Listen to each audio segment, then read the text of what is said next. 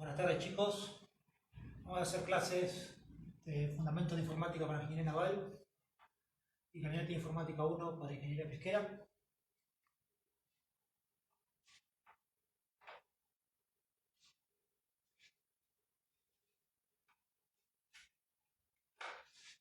Hace unos minutos les mandé el apunte correspondiente al tema que vamos a empezar a tratar hoy.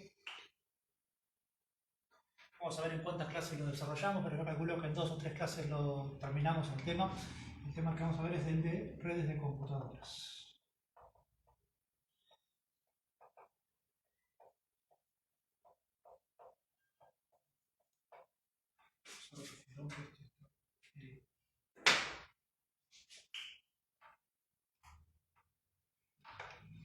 Bueno, vamos a hablar de redes de computadoras entonces. En primer momento lo que nos vamos a preguntar es qué es una red de computadoras. Y básicamente es una manera de conectar muchas computadoras entre sí con el objetivo de compartir recursos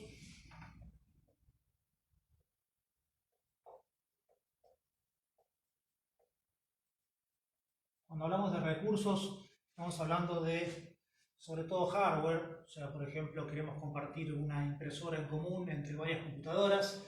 Ahora vamos a hablar un poquito con más detalle de cada cosa. Y también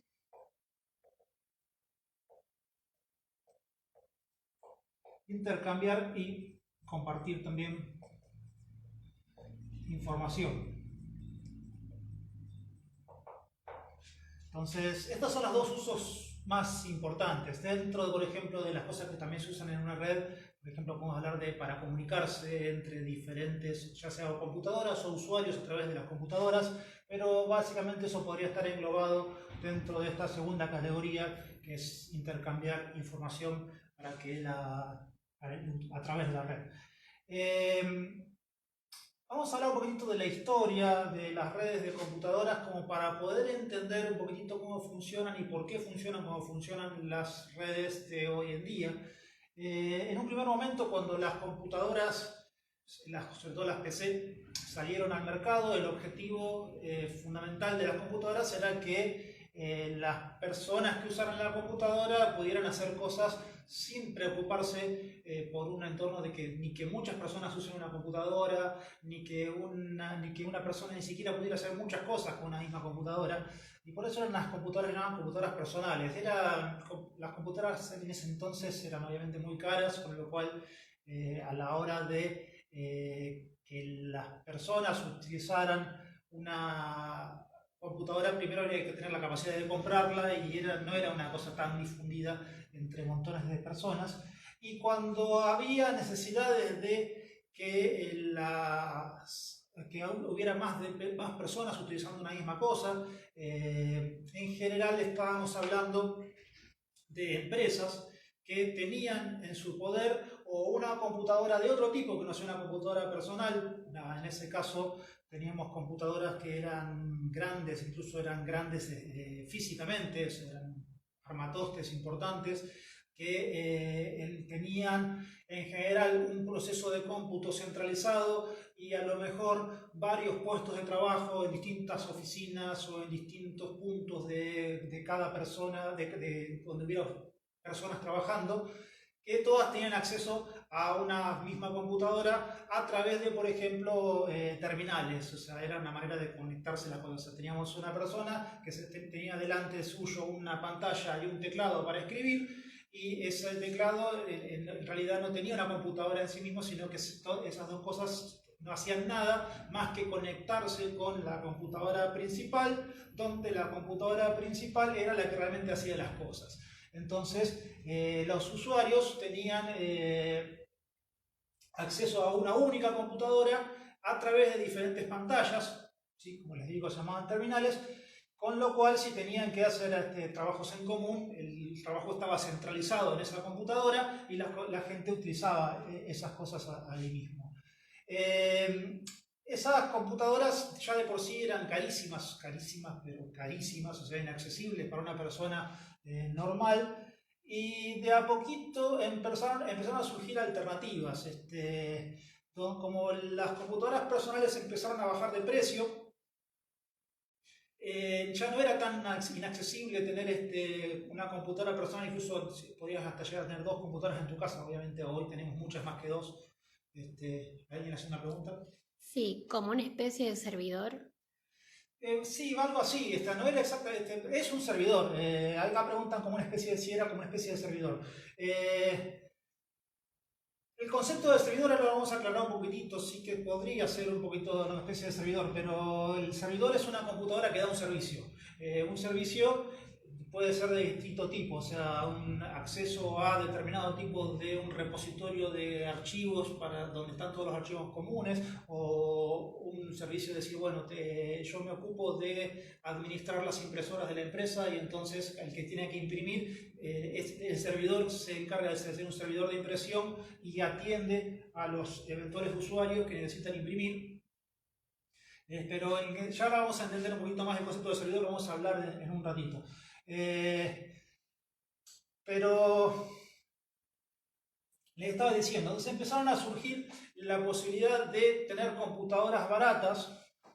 Cada computadora, obviamente, individualmente, como es barata, no tiene la capacidad de procesamiento de una computadora que en ese entonces se llamaban mini computadoras. Había una distinción en su momento de lo que eran supercomputadoras, mini computadoras, microcomputadoras y computadoras personales de acuerdo a la capacidad de trabajo que tenía cada una de ellas por un lado, y también en cuanto al tamaño. O sea, una supercomputadora, todavía existe ese concepto de supercomputadoras en distintas partes del mundo, suelen ser computadoras que ocupan espacio. O sea, son computadoras que, aunque a lo mejor el espacio hoy en día no es tan importante, y que obviamente a través de la ley de Moore que habíamos visto anteriormente, la potencia de las computadoras se va duplicando cada año y medio. Entonces estamos hablando de épocas de muchos años atrás, con mucha diferencia entre lo que era una computadora gigante y una computadora personal pequeña. Pero les decía, entonces surgieron computadoras personales más chicas y empezaron a surgir soluciones donde conectando esas computadoras entre sí, por un lado, obtenías el mismo servicio para que lo que tenías en una computadora del estilo anterior, pero con algunas ventajas adicionales, entre ellas el precio. El precio es una ventaja importante porque a lo mejor tener 10 computadoras chiquitas era más barato que tener una computadora gigante. Y además la capacidad de que cada computadora individual puede funcionar de las dos maneras. O sea, puede funcionar usando la persona la computadora propia con su poder de cálculo y de procesamiento centrado en la computadora en la cual está sentado adelante, o conectar las computadoras entre sí y de alguna forma utilizar la potencia compartida de todas las computadoras que están distribuidas entre sí. Pero los primeros problemas que se empezaron a solucionar cuando hablábamos de las redes que surgieron y donde el objetivo fundamental era compartir recursos, empezaron, por ejemplo, en pequeñas oficinas. O sea, una pequeña oficina o una pequeña empresa no tiene la capacidad de una gran empresa de comprar una computadora gigante, y sin embargo sí tenemos varias personas que estamos trabajando juntos y que tenemos que decidir, bueno, necesitamos una impresora, por ejemplo. Las impresoras en aquel momento eran elementos caros, había diferentes tipos, uno tenía que elegir una impresora láser, elegir una impresora con chorro de tinta o una de matriz de puntos, o montones de opciones que tenías para poder comprar una impresora. Y entonces no podemos darnos el lujo de decir compramos una impresora para cada persona y le damos una impresora a esta computadora, a esta, y todos tenemos impresoras, porque en general, salvo cierto tipo de trabajos, las impresoras tienen un uso en un porcentaje del tiempo reducido en el uso de una persona. Yo, por ejemplo, debe hacer, no quiero calcular de manera errónea, pero fácil 20 años o más que no tengo impresora. Para trabajar cotidianamente en la mayoría de las cosas que uso en mi casa. A lo mejor si la tuviera la usaría más porque podría, qué sé yo, imprimir apuntes o imprimir cosas y trabajar con el papel más cerca, pero para lo que se usa realmente o lo que es necesidad de imprimirla no hace falta. Y si la tuviera y la usara por lujo porque la tengo, la usaría un porcentaje muy reducido del tiempo. Con lo cual, lo mismo le pasa a personas que están trabajando en empresas. O sea, si compramos una impresora y otra impresora y otra impresora, pero en realidad esta persona la va a usar un 5% de su tiempo, esta solamente un 5%, es más fácil, sería, estamos gastando plata en algo que si tenemos una sola y la usan todos juntos, es difícil que justo todos a la misma hora tengan todos que imprimir lo mismo, etcétera, y entonces se podría llegar a pensar en, bueno, ahorremos plata y encontremos la forma de que la impresora la usemos todos juntos. Entonces, el objetivo entonces era, bueno, agarramos y decimos, si yo no tuviera la posibilidad de conectar las computadoras entre sí, la solución es, agarro en un disquete, que era lo que era el método que había en ese entonces para llevar información de un lado a otro, o lo equivalente a lo que sería hoy un pendrive. Entonces agarro un disquete, copio el archivo, me voy caminando hasta la oficina donde está la otra impresora, o a veces en la oficina, pero en la misma habitación, pero en otro lado de la habitación, y imprimo. Y después me quedo esperando que termine de imprimir, se termina de imprimir la cosa, me llevo, viene la otra persona, hace lo mismo, con lo cual básicamente es una pérdida de tiempo. Entonces era mucho más fácil si de alguna manera conectamos todas las computadoras a una impresora. En un primer momento, las impresoras tenían que estar conectadas a una computadora que hacía las veces de servidor, ya que alguien sacó la palabra algo más temprano, de servidor de impresión. Era una computadora que podía ser usada para otras cosas, pero tenía además la responsabilidad de controlar o tener comunicación directa con la impresora. Y las otras computadoras se conectaban con esa computadora, ya vamos a ver cómo, para enviarle los archivos que queríamos imprimir, y la computadora que se ocupaba de manejar la impresora iba fijándose a ver en qué orden le llegaban, iba imprimiendo, etc. Y tenía acceso directo con la impresora. Hoy en día, para hacer algo similar, no hace falta una computadora dedicada para que atienda la impresora, sino que uno conecta la impresora como si fuera tiene la parte necesaria incluida en la computadora. O sea, uno la conecta al cable y ya está, y vos te comunicas con la impresora directamente desde cualquier lado. Pero bueno, entonces esos eran los primeros objetivos, no solamente una impresora.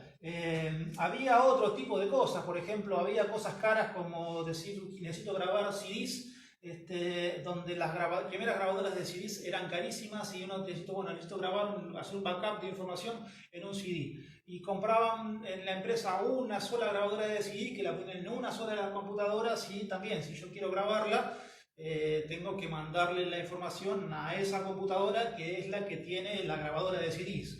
O otras cosas que pueden llegar a estar utilizándose, pero básicamente eran cosas caras que no tenían un uso continuo en cada lugar, o sea, no se justificaba tener una cosa para cada una de las computadoras que teníamos en el usuario, y que de alguna manera tampoco es práctico llevar la impresora de un lado a otro para que la gente la use, o llevar las cosas hasta el lugar donde está físicamente el lugar, por cuestiones prácticas de funcionamiento. Entonces, en función de eso, las primeras computadoras que se conectaron en redes, o sea, las primeras redes, quiere decir, empezaron conectándose a través de un dispositivo que era básicamente un cable, que era un cable, bueno, varias cosas, pero cuando empezaron a tener popularidad, las primeras redes que se conectaron eran una especie de un cable que se llamaba bus, donde el cable era un tipo de cable coaxil, parecido a lo que hoy se usa para la televisión por cable, o sea, un cable que es un poquito más o menos grueso. Coaxil quiere decir que comparten el eje, por eso el mismo eje de coaxil. Básicamente, si uno le hace un corte al cable, ve que adentro hay un alambrecito y afuera tenemos una especie de malla alrededor con un aislante en el medio, donde todos los ejes, si los miramos, están todos en el mismo eje, o sea, todos tienen el eje que va al cable, por eso se dice coaxil, el mismo eje. Pero el cable tipo coaxil, hubo varias tecnologías, pero uno que más o menos empezó a difundirse era el que se usa hoy en día también para los cables de televisión por cable, donde tenía cierta flexibilidad, o sea, más o menos uno los podía ir doblando en su trayectoria, no demasiado porque si no se rompen. Y a ese cable, por un lado, se ponían en cada punta un par de dispositivos que se llamaban terminadores, Básicamente el objetivo de esto, no vamos a entrar en detalles técnicos porque les voy a complicar cosas innecesarias, el objetivo era que las señales no reboten y empiecen a inundar el cable de redes entre medio. O sea, si llevamos una punta, de alguna manera la señal se muera en ese lugar y no vuelva al resto de la red. Y en ese cable se iban conectando diferentes computadoras donde básicamente el cable que era la red tenía que pasar por el lado de la computadora, donde teníamos un pedacito acá de conexión chiquitita, donde esta conexión era una especie de conector del tipo T, donde pasaba el cable por acá y esto iba a la computadora. ¿Sí?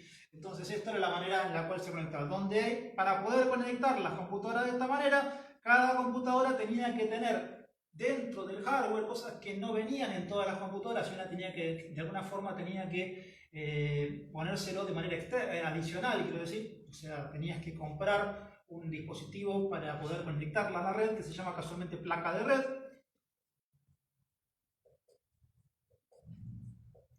Donde necesitamos una placa de red para cada computadora.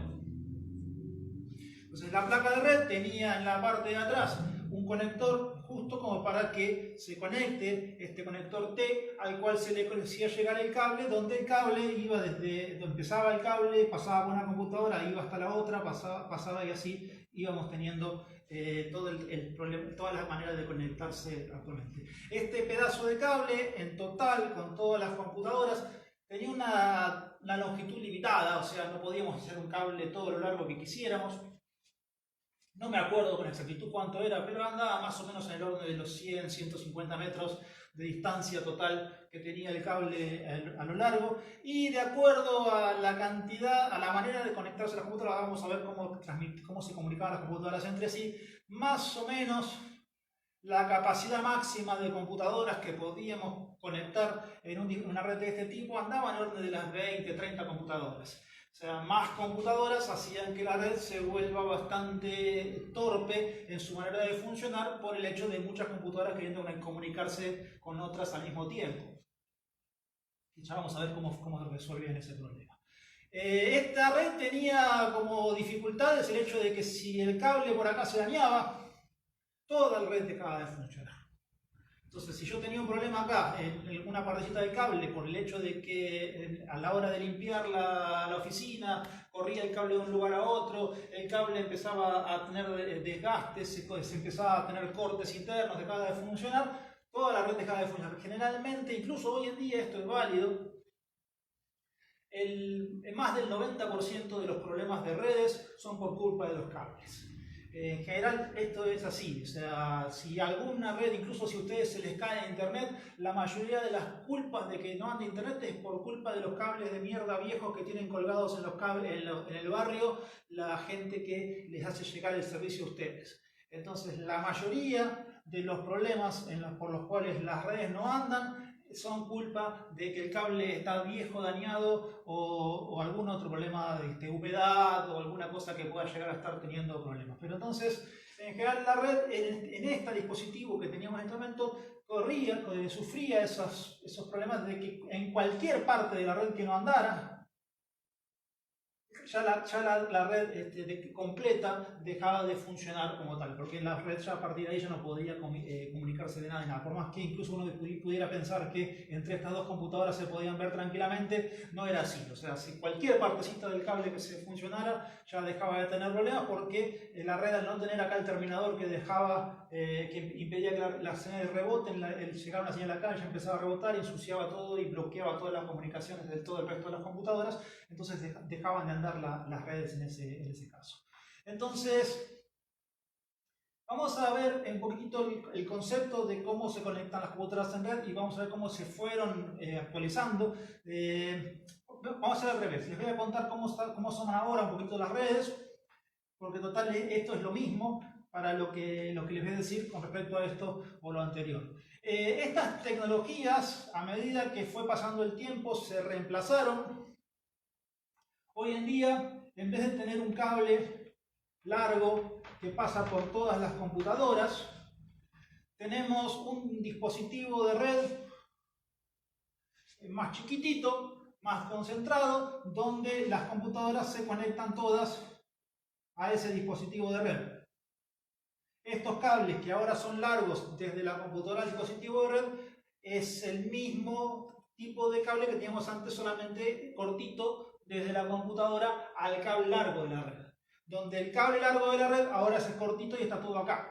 Entonces, lo que antes era muy largo, que tenía que recorrer computadora por computadora por computadora, ahora está concentrado en un lugar chiquitito, y lo que es largo ahora es lo que antes era cortito, ¿sí? Entonces, este tipo de conexiones siguen teniendo la misma funcionalidad, exactamente igual que lo que era antes, pero tienen las ventajas donde el problema, si es en cables, el problema de un cable no afecta al resto de las otras computadoras que están funcionando, solamente afecta a la computadora que tiene problemas en el cable de red que le pertenece.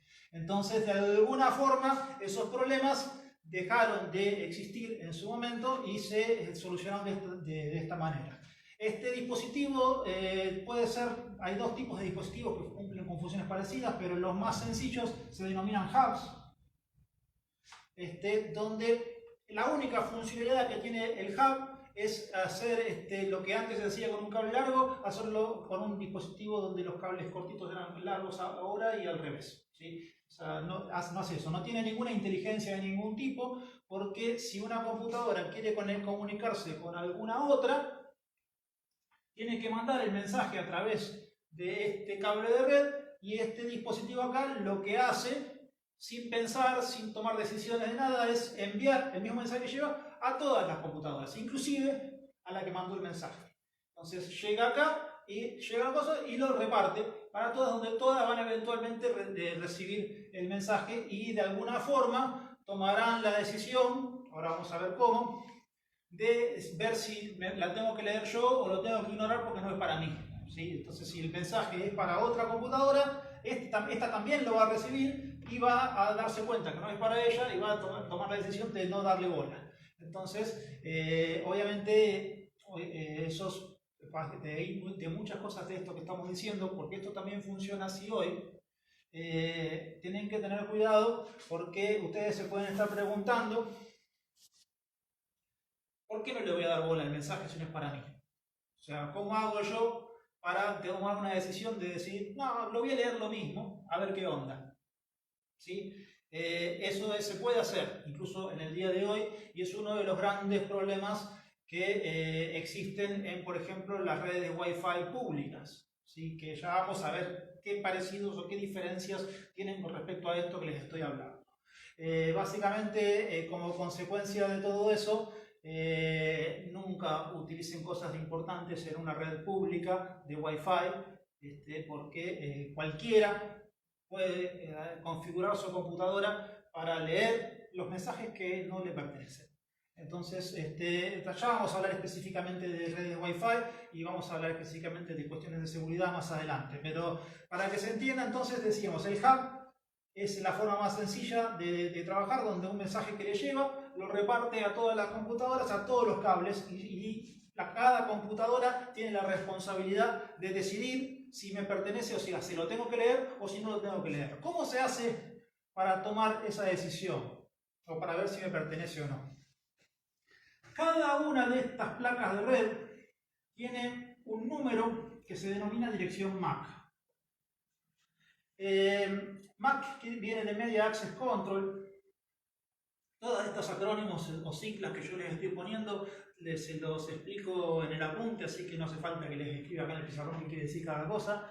Pero un número MAC consiste en una manera de identificar de manera única a cada una de las computadoras. Consiste en 6 números, 6 bytes, 6 números hexadecimales o 6 números que van de 0 a 255, por ejemplo, 1A, 20, 31, 20F, 1001. ¿Sí? Entonces tenemos 6 números de esta manera, de esta notación con 2 puntos cada uno. Es la forma normal en la cual se escriben estas direcciones, donde cada numerito son 6 numeritos en total. Puede ir desde 00 hasta FF, o sea, desde 0 hasta 255 en la forma normal de un byte.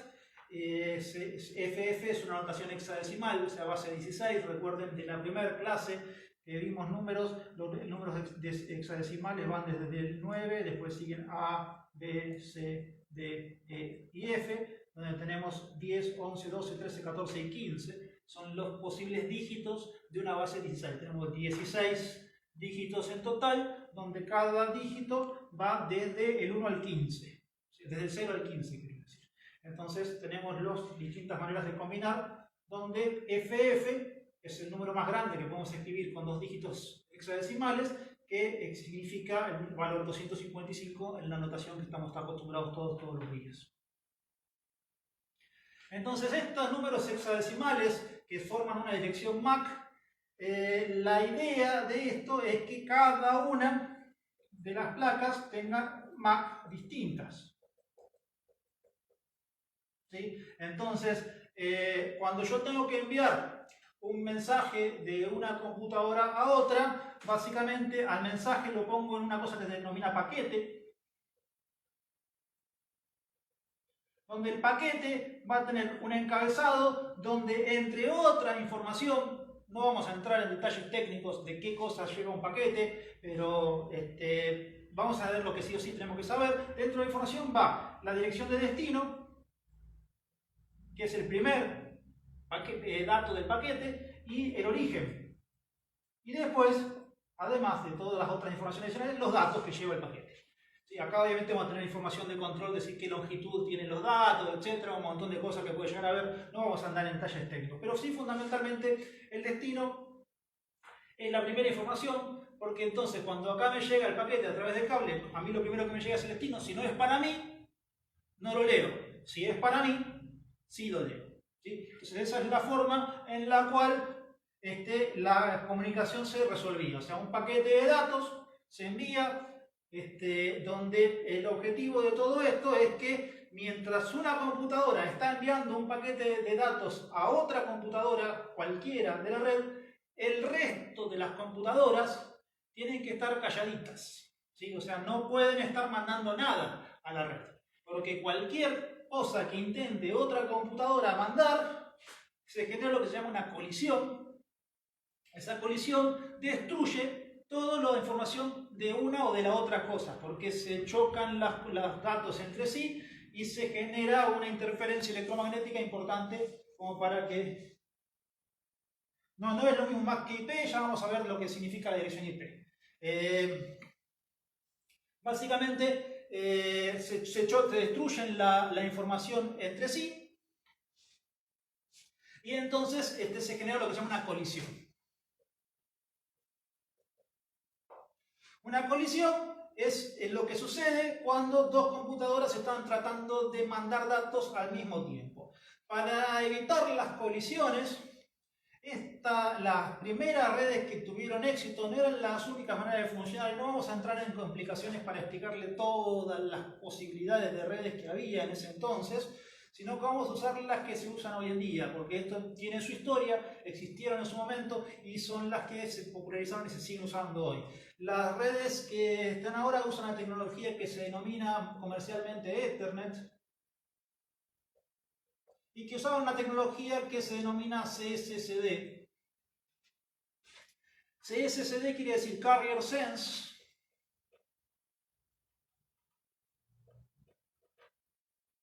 Collision Detect, esto en inglés, ¿sí? O sea, por eso lleva 2 L's. Entonces, Carrier Sense quiere decir que yo siento el cable. Carrier es el conductor, el que transmite información de un lado a otro, o sea, el cable. Entonces, con la tecnología de Carrier Sense, lo que quiere decir es que lo que antes de yo mandar una información, voy a escuchar a ver si el cable está libre, ¿sí? Entonces, me fijo, ¿está libre el cable? Si está libre, bárbaro, lo uso. Si justo pasó que dos computadoras están tratando de enviar información, entonces están las dos escuchando, las dos detectan el cable que está libre y las dos entonces intentan mandar información al mismo tiempo, se genera una colisión y entonces la colisión la necesito detectar.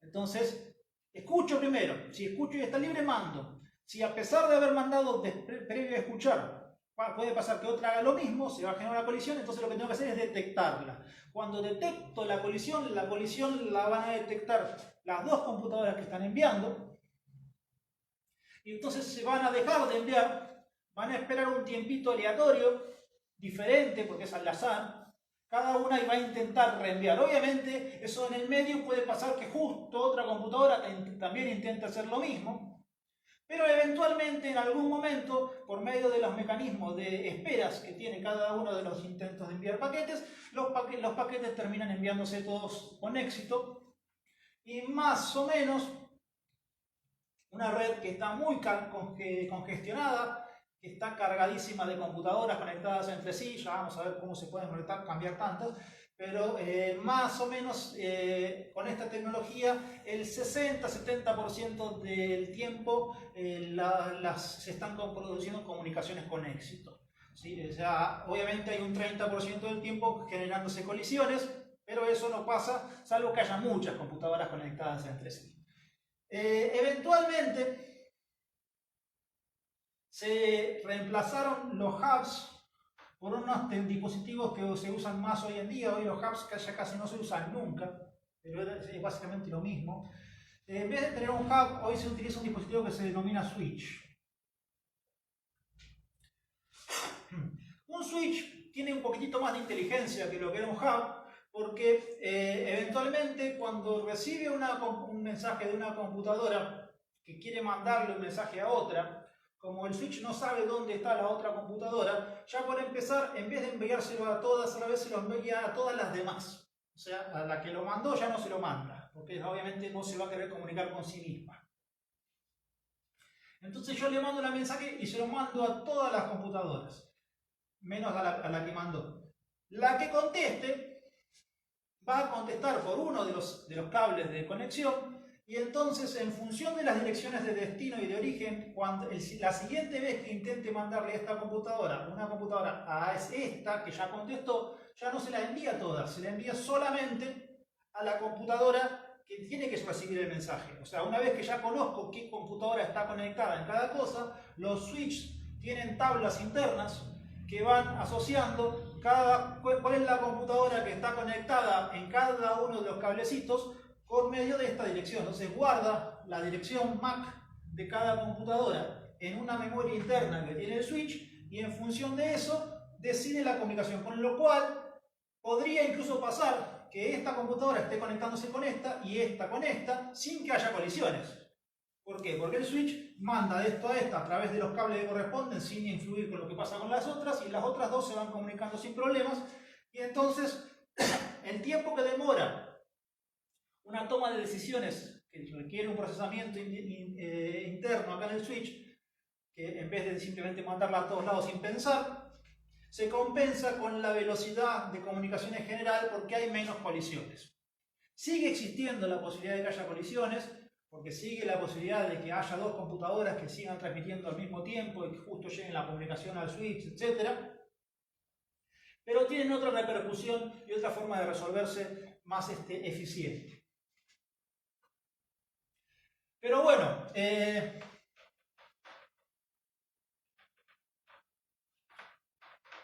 vamos a ir viendo. Entonces vamos a hacer un pequeño repaso de esto que vimos hasta ahora para poder seguir resolviendo problemas en las redes y ver cómo cómo vamos llegando a las tecnologías que se usan hoy en día. Decíamos, tenemos una computadora, una red de computadoras. Toda esta red de computadoras que están acá,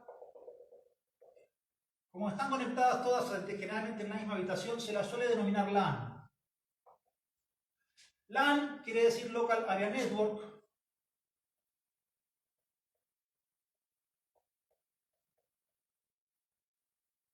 O sea, red de área local. Quiere decir que son básicamente una LAN, es una red de computadoras donde todas las computadoras están todas cercas, o en la misma habitación, o en el mismo edificio. Eventualmente, incluso en edificios de varios pisos puede haber una LAN en cada piso distinta, pero generalmente es como un conjunto de computadoras que se comportan de manera compacta, ¿sí? Donde todas las computadoras están juntas y compartimos información. Si yo tengo, por ejemplo, una empresa que tiene varios pisos en su edificio de oficinas, es muy común que se ponga una LAN para cada piso. Y si yo tuviera la necesidad de conectar, voy a dibujarla así aunque sea otra cosa, aunque tengan un switch, un piso con otro, porque tengo que comunicarme en mensajes o porque tengo que compartir esta información entre pisos distintos o por lo que sea, tengo que encontrar maneras de conectar las redes entre sí de una manera que no haya conflictos ni confusiones. Para empezar, recién les dije que cada computadora tiene que tener un número distinto. Una de las complicaciones que tienen los números MAC, además de otras que vamos a ver ahora casualmente, es el hecho de que los números MAC vienen pregrabados en las placas de red a la hora de comprarlas. O sea, no podemos elegirlo nosotros libremente. O sea, si nosotros compramos una placa de red, la placa de red ya viene con el número MAC grabado. Esto que les digo o sea, hay placas de red, sobre todo en dispositivos Wi-Fi o los celulares, etcétera, donde por medio de mecanismos especiales uno podría llegar a modificar el número No importa, no vamos a entrar en complicaciones. Hagamos de cuenta que no lo podemos cambiar. No, se había cortado la red. Además de que no lo podemos cambiar, podría pasar la casualidad de que justo compremos dos placas de red para dos computadoras distintas y tengan el mismo número. Puede pasar. O sea, ¿por qué puede pasar? Mucho más frecuente de lo que uno piensa. Porque por empezar, los primeros tres números de una dirección MAC generalmente eran los mismos para el fabricante de red. O sea, si yo te compraba una placa de red de marca PC-Link, los tres primeros números de PC-Link eran todos iguales y estos tres eran distintos.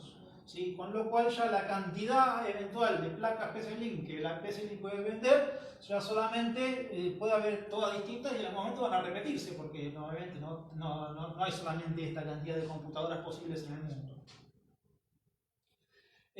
Por otro lado, otro de los problemas más importantes que tienen las direcciones MAC es que no tienen manera de diferenciar si esta computadora, sabiendo este número, pertenece a este piso. Vamos a suponer que esto es el primer piso y este es el segundo piso. ¿Sí? Y que entonces tenemos que comunicarle a una computadora del primer piso, le tiene que mandar un mensaje a una computadora del segundo piso.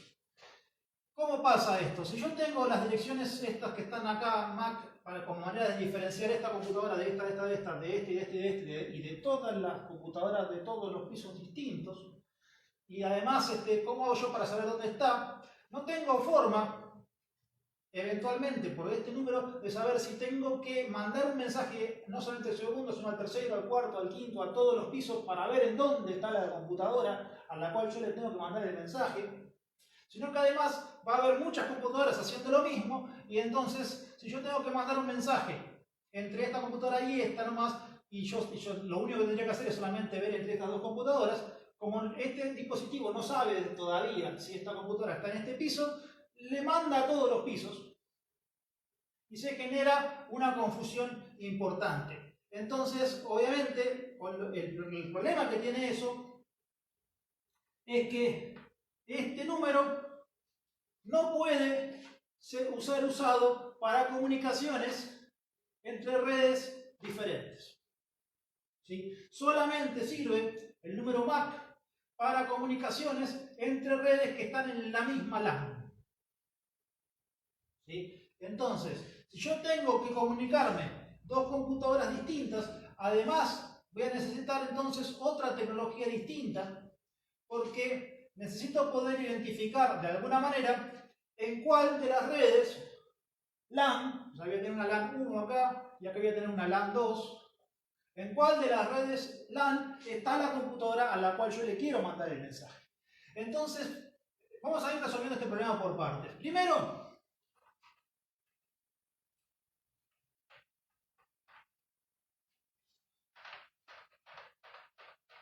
Vamos a hacerlo más sencillito acá el dibujo. Vamos a poner acá dos computadoras con un switch.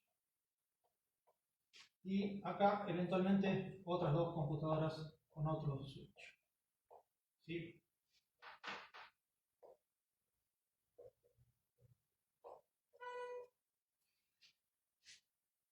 Para poder conectar las computadoras entre sí, debe necesitar otro dispositivo distinto que se ocupe de interconectar redes. Esto va a ser una LAN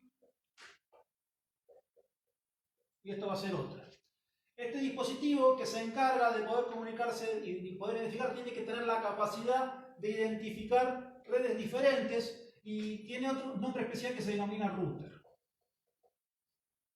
Un router es un dispositivo cuya única función es conectar redes entre sí. Para poder hacer la resolución de las computadoras localmente dentro de cada red, voy a utilizar un dispositivo o un switch o un hub. O sea que un router puede tener integrado uno o varios switches, pero para poder hacerla realmente decidir cuál computadora específica dentro de una red, necesito un switch. Para poder comunicarme entre diferentes redes, utilizo un router, que además necesita saber de alguna manera en dónde está cada una de las computadoras, sin que haya una inundación acá de información de cosas que no corresponden, porque si yo tuviera además acá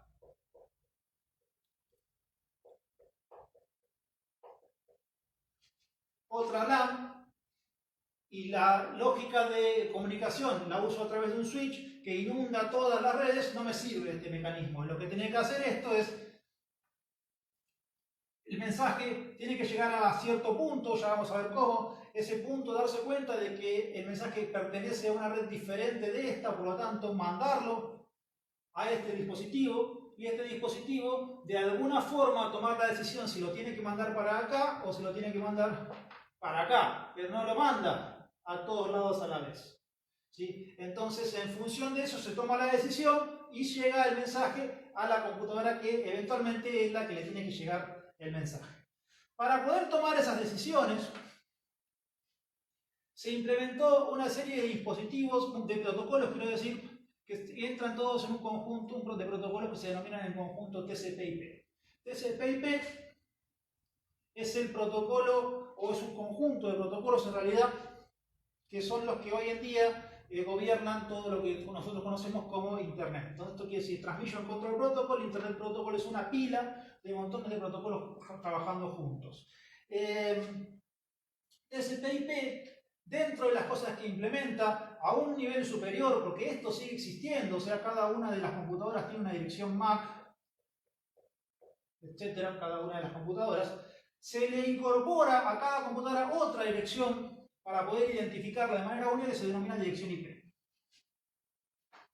La dirección IP, a diferencia de las direcciones MAC, se puede programar. O sea, la puedo elegir de alguna manera. Ya vamos a ver exactamente cómo, o sea, pero la puedo de alguna manera elegir. Y no está fijo a la placa de red que yo le ponga a la computadora. O sea, está por encima de lo que es la dirección que identifica a cada computadora de manera única a través de la dirección MAC que identifica la placa de red, que la tiene la placa de red. Entonces, la dirección IP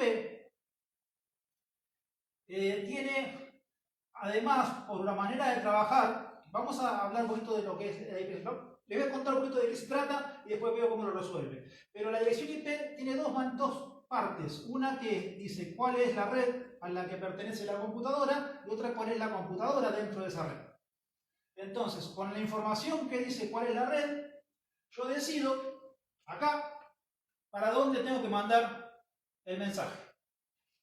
Y después, cuando el mensaje llega, con la parte que corresponde a cuál es la computadora, va a llegar eventualmente a la computadora correcta de destino. Se lo estoy simplificando muchísimo a la situación. Esto tiene bastante más complejidad de lo que incluso así parece complejo. Se lo estoy haciendo mucho más sencillo de cómo es. Para poder, esto se lo voy a decir porque es algo que ustedes tienen que de alguna manera poder ver a la hora de configurar sus computadoras y ver si están andando bien. Por eso que les estoy explicando un poquito todas estas cosas. Pero una dirección IP consiste, hay dos protocolos de IP actuando actualmente, uno que es lo que es el IP versión 4 y otro es lo que es el IP versión 6. Vamos a hablar del IP versión 4. El IP versión 4 tiene un problema, ya vamos a ver por qué, pero básicamente el mayor problema que tiene es que se quedaron cortos a la hora de diseñarlo. De se quedaron cortos quiere decir que todas las computadoras que hay hoy en día en el mundo superan por creces a la cantidad máxima de números posibles distintos que puede tener una dirección IP de versión 4. O sea, si yo tengo que diferenciar esta computadora de esta, más de todas las otras computadoras que hay en el mundo, no me alcanzan los números posibles distintos en la dirección IP de versión 4. Esto tiene solución, ya vamos a ver cuál es. Pero bueno, la primera solución que se está tomando, que se intentó tomar, es reemplazar esto por un protocolo nuevo que se llama IP versión 6, o sea, es una versión superior al protocolo, donde hay mayor capacidad, hay otro tipo de cosas donde cuando se diseñó este protocolo, en los años en los cuales surgió la utilización de esto, no estaban tan previstas estas cosas y por tanto tiene algunas deficiencias de seguridad y otras cosas especiales que hacen que este protocolo haya tenido que ser reemplazado por este. El problema que tiene es que este protocolo no se usa para casi nada. O sea, en realidad se intenta utilizar, pero no se lo puede imponer. Porque en las diferentes redes que hay en todo el mundo, hay montones de computadoras que son viejísimas y obsoletas y todo el tiempo que no tienen la capacidad de implementar esto y no se puede poner una fecha de decir a partir de hoy todos usamos IP versión 6 porque sería un desastre donde dejarían de andar todas las redes de todo el mundo, no solamente por un día sino por montones de tiempo hasta que vuelva realmente a ponerse en funcionamiento todo y se generaría un caos bastante importante. Entonces, en la práctica hay algunas computadoras que tienen la capacidad de comunicarse por medio de los dos protocolos y algunas otras que intentan solamente comunicarse con esta, que solamente se pueden comunicar con algunas computadoras y con otras no. Y si uno quiere comunicarse con cualquier computadora hoy en día, tenemos que seguir utilizando lo que es la IP versión 4, que es la que les voy a explicar ahora. Entonces volvemos a lo que es IP versión 4. Una IP versión 4 consiste en 4 números. Vamos a poner una velocidad real.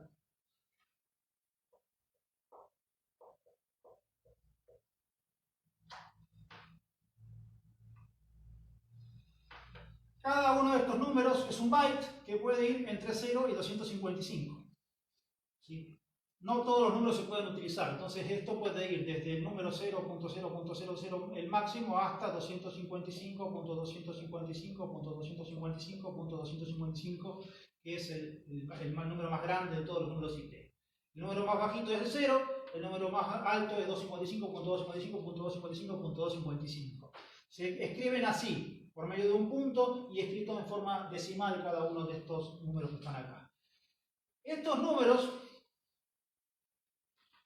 si nosotros queremos saber cuánto máximo tenemos, sabemos que esto es un byte, 2 bytes, 3 bytes, 4 bytes, o sea 4 bytes por 8 bits cada byte, tenemos 4 por 8, 32. 32 bits significa que el número máximo de números posibles que tenemos acá es de 2 a la 32. Este cálculo ya lo hicimos antes, cuando vimos cuánto era la capacidad máxima de un sistema operativo de 32 bits. Esto es lo mismo, son 4 GB, o sea,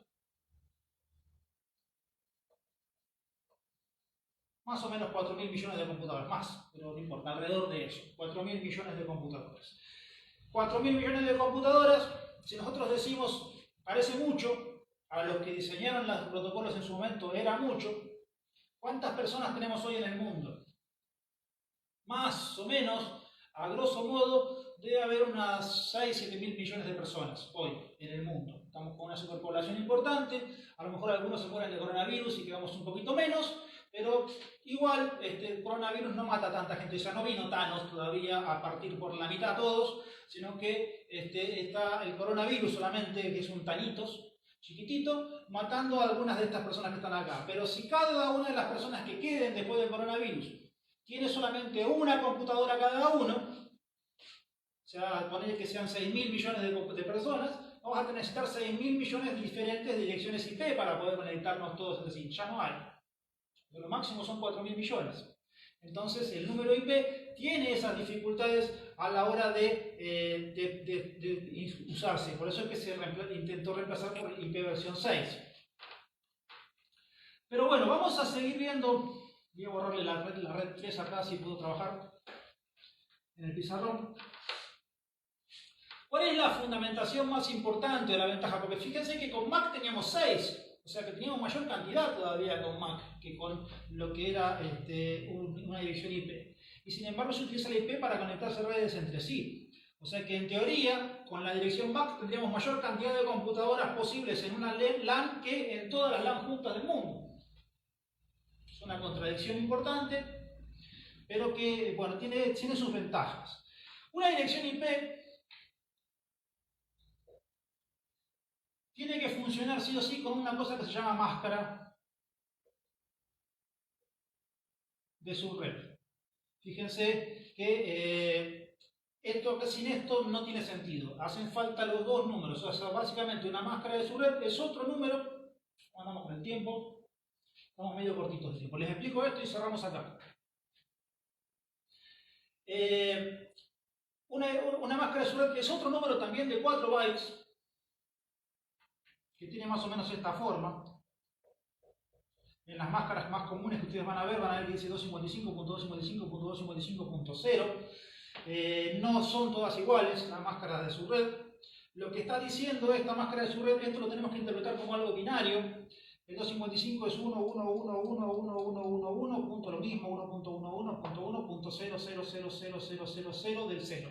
Entonces tenemos todos estos unos y después todos estos ceros. ¿Sí? Es la forma en la cual se escriben. O sea, tenemos una serie consecutiva de unos y a partir de ahí una serie consecutiva de ceros. Y eso es todo. O sea, cuánta cantidad de ceros o de unos vaya habiendo hacen al número de red. O sea, esta parte de ceros puede ser más grande o más chica y tener mayor cantidad de unos en esta parte que está acá.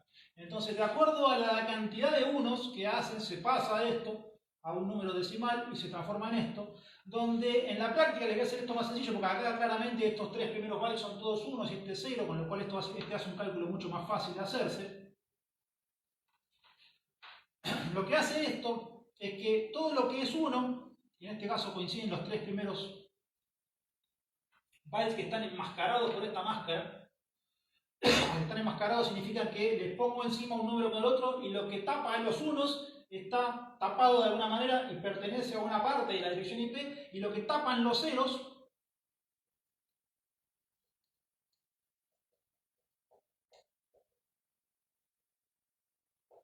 forma la otra parte de la dirección IP. Entonces, todo lo que está tapado por unos es la parte de la red a la cual pertenece la dirección IP, y todo lo que está tapado por ceros es la PC individual, que lo vamos a poner un nombre técnico que se llama host.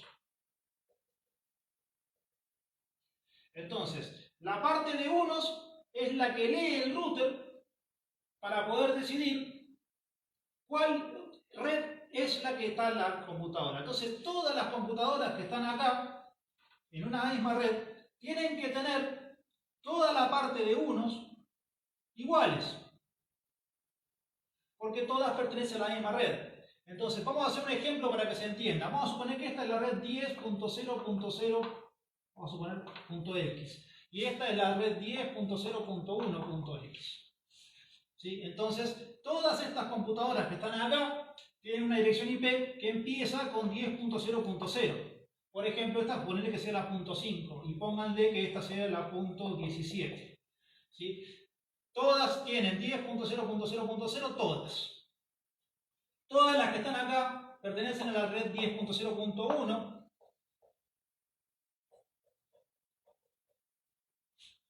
Y tienen todas los primeros, los que identifican la red, iguales.